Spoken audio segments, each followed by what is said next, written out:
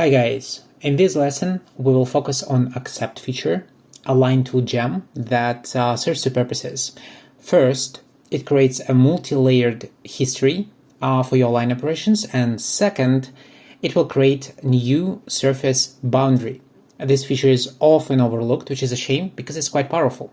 Oh, and just before we move on, I received few requests to increase the font size or caption 16:9. All of my monitors are widescreen, but I made some adjustments to my settings. Fonts are now bigger, lines and columns are thicker, most of the clutter is gone, even my custom palette. So my question to you guys who are watching it in 1080p, is it better now or not? Please let me know in the comments. Right, this out of the way, let's get to the subject. So let me open up the layer. Okay, so imagine that now this is two surfaces, this one and this one. Imagine that I need to build a transitional surface with a specific set of rules. For example, the continuity is supposed to be curvature on both sides, and the surface boundary supposed to be straight from the Z direction. So from the top view, it's supposed to be straight like this. So I will start with the square tool and just quickly mark the natural boundary, the natural surface which fits the boundary like that. Let me delete the history. And then I will align it, my first edge as a curvature. So I will align it edge to edge, partial, because I need only the part of the surface. And I will constrain the movements of the CVs along the Z direction, so that forbid Alias to move CVs anywhere else, not to the left, not to the right. Because if I didn't do that, then I will have the edge align or the skew align come into the play, which is a really interesting topic, which I will cover in the next video. For now, I will try to avoid it because there is a lot of things to cover. And it's not really tied to the accept command. So I will use vector, constraining the movement of the CVs only on the Z direction. Click on that. And as you're going to see, I have the desired boundary from the top view. Now, there is nothing new for you, I believe. You're already familiar with the vector if you watched my modeling lesson with Audi bolt nut cap. If not, well, I already described what it does. So on top of that, as you can see, we have these green lines. These green lines are marking the original surface, which it was before the alignment operation. You can activate it using the proxy display checkbox, and we will need it to demonstrate some nuances. So for now, it looks good, right? It goes from this from the top view. It's straight from the top view. It's curvature, no problems. Now imagine that I think that I just evaluated the surfaces and I decided, okay, maybe this surface is supposed to start somewhere else. For example, not from here, but from here. And not from here, but from here, for example. So somewhere here and somewhere here. And this is actually a really standard situation, really practical example, because when you're modeling, especially when you're in the first stages, you're just in iteration 1 or in the second iteration and third iteration before you even go to the A class, you don't know, you're guessing basically, and you try to find the proper relationship between the surfaces and you move them around all the time. And if the surface is under the alignment constraints, so you have some constraints on the edges, then it will become to be quite cumbersome, because if now I will try to, still under the history, I'm still under the G2 continuity, and I will try to move it, see what will happen. So I'll move this, and well, I lost some tangency. That's not a big deal. Some curvature, not a big deal in tangency. But what's more importantly is that the only thing which actually moved is the position. Well, I said that I want to have a curvature here, but as you can see, it didn't happen. Why was that? Well, as you're going to see, the proximity display shows me the original boundary of the surface, which was stored in by Alias before alignment operations happens. So it use this as the actual surface boundary, and then it will try to stick to that. On top of that, we are under the vector constraint, which means that from the perspective of Alias, it's not a big deal, and just by creating more degrees, I can easily maintain the curvature. So what I need to do is I need to tell the alias that I don't only want to move the one CV, I actually want to change the surface boundary. How am I going to do that? Well, if you don't use accept feature, which is this accept button, which is actually, once again, this is the bad naming. Alias developers really just bad at this, in my humble opinion. It's supposed to be just save instead of accept, because by default, like, what accept? It's already done, right? What should I accept? And I believe this is one of the reasons why this feature is overlooked. But anyway, so what you will do if you don't know this, you just you just delete the history, you delete the surface, you move this guide somewhere else, somewhere here, for example, and then you rebuild everything. Now, it's very impractical. It takes you a lot of time, and some of the surfaces can be much more complex than that, and they demand for a lot of operations. So what you're supposed to do is you need to, let me just quickly recreate that back, and just quickly realign on the vector. So what you need to do is you need to accept these modifications and then change the surface boundary. So to do that, I'll just click on accept button, and what will happen is the new surface boundary is now accepted. The new positions of the CVs is now accepted. Now you don't see a lot of differences because after we accepted, the parameters for the align tool almost didn't change. Like the position influence, I believe, was 1, and when I accept it is go back to 0, so I can do it like this. But in other aspects, it is the same. So basically what happened is I have one kind of stack of history, which is saved and stored, and now I'm automatically in the second stage. And for this stage, I can change the desired continuity, move some parameters, change some parameters, and actually deform the object, the surface which I'm working with, the way I want. For example, I would like to move this somewhere here, but I would like to maintain the straight line. So I will go to G0 continuity this time. Remember, you see that the form is still saved, and the proximity display actually showing me that. So then I will, I will increase the blending options for the 2 rows of CVs, because I want to move all of them, and I will move them with the blend factor 1, which is a linear blending. And what is the linear blending for the straight line? Well, the straight line. So now if I will move it, you're going to see that now it moves and it forms from the top view a straight line. And I can do the same on the other side, you see? All right. Now here it's visible that the new structure, which for the original structure which showed us by the proximity display is stored in the previous step. So now what I can do is I can click accept, and I accepted it once again. Now I have a third layer, and for this third layer I can go to the desired continuity, for example, for a curvature. I will use the position of lens slider to 1, and I will probably increase the amount of the degrees. And here we go.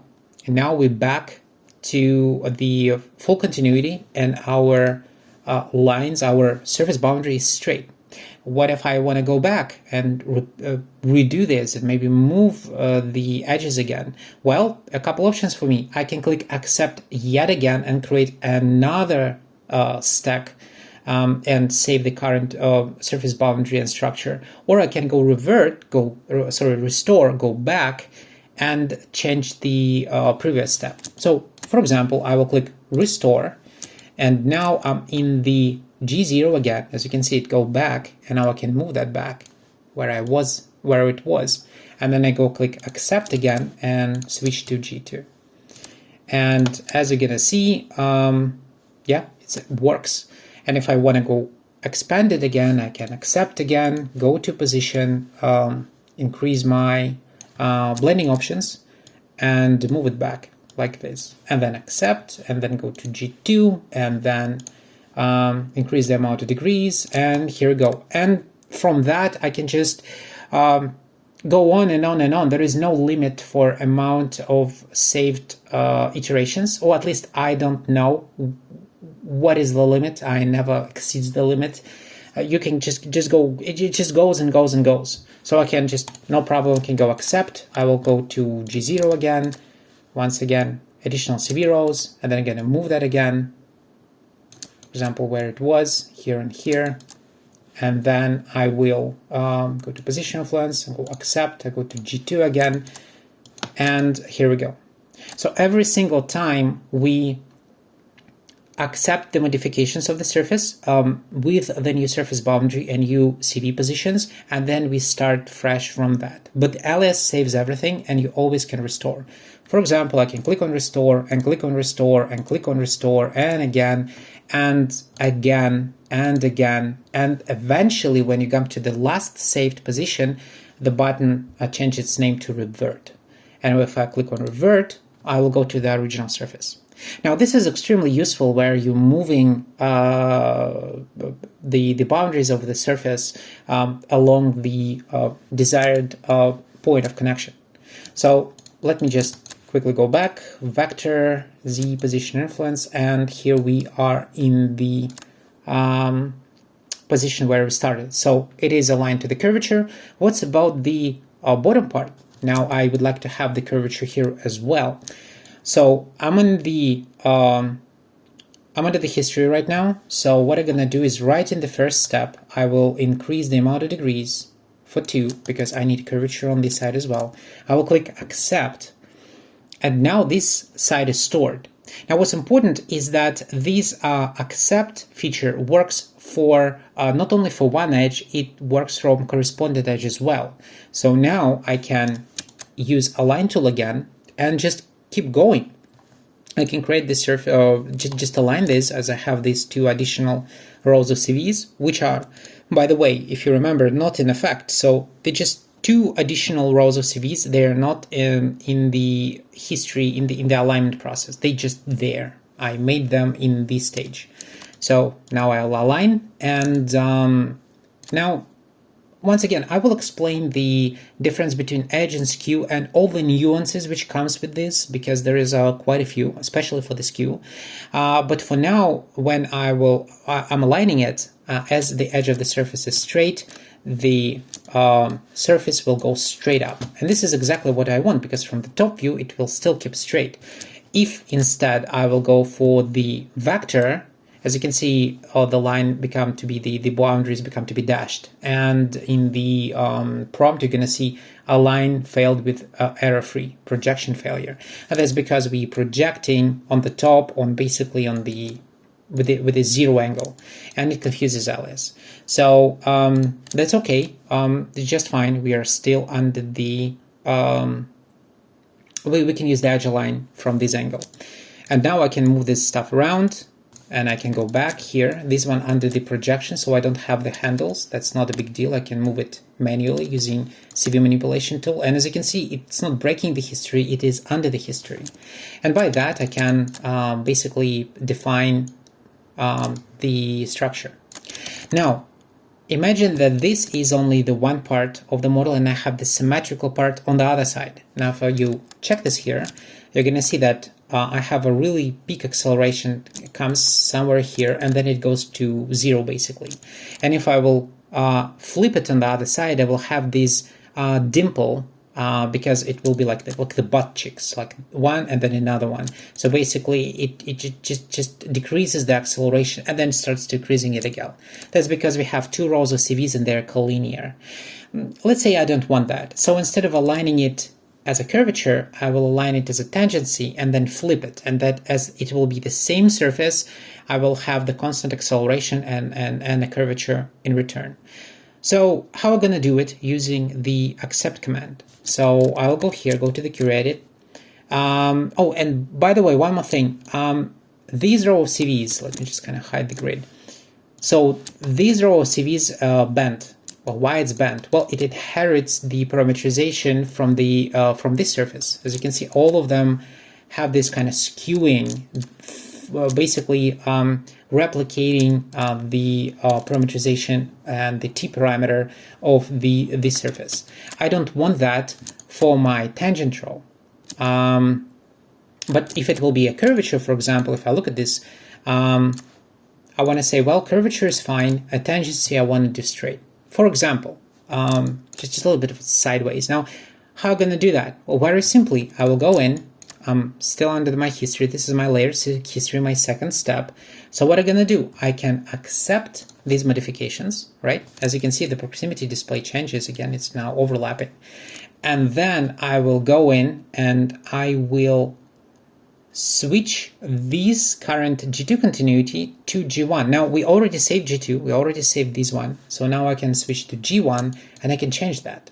And I will click on tangent balance, and by that I'm basically mirroring the CV structure of the surface I'm aligning to. And as this surface is straight, my first row of CVs, my tangent row, is now straight. And once again, that's possible, but you can do it other ways, of course, but this is possible in this situation because I'm under the multi-layered history. So I have the stage for G2, and then additionally I have the modifications of this G2, and I changed one row of CVs by realigning it as a tangency with tangent balance. Well, I guess that's clear. Now imagine that at this point, now as I said, I don't want to have any butt cheeks, so I don't actually need this additional row of CVs.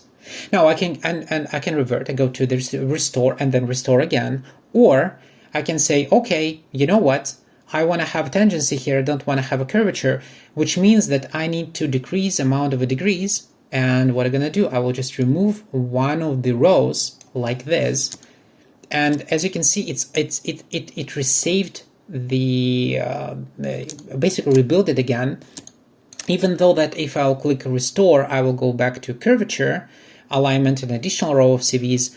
I don't want to. So instead, okay, I want to have a tangent balance, and I would like to have only the tangency. So I'm going to click accept, and here we go.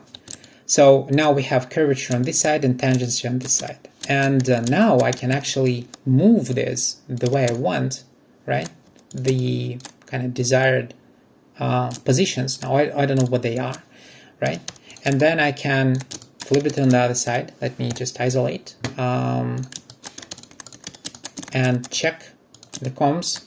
Now it's not really quite there, so I believe it's supposed to be somewhere maybe here. You can use symmetry for that, so instead of kind of trimming that, flipping it all the time. Yeah, here we go. Now imagine that now I want to go back. I want to roll back to the curvature. Well, not a big deal. I click on this one, I click restore, and restore again, and here we go. I'll go back to the curvature alignment with the two rows of CVs. Here we go. And this is pretty much what the now let me just accept that so that the proxy display will be here. Saved it. So this is pretty much everything you need to know about the accept command. It's really powerful feature. It saves you a lot of time when you just discovering the way how to approach the task, how to connect surfaces together, and you're not sure.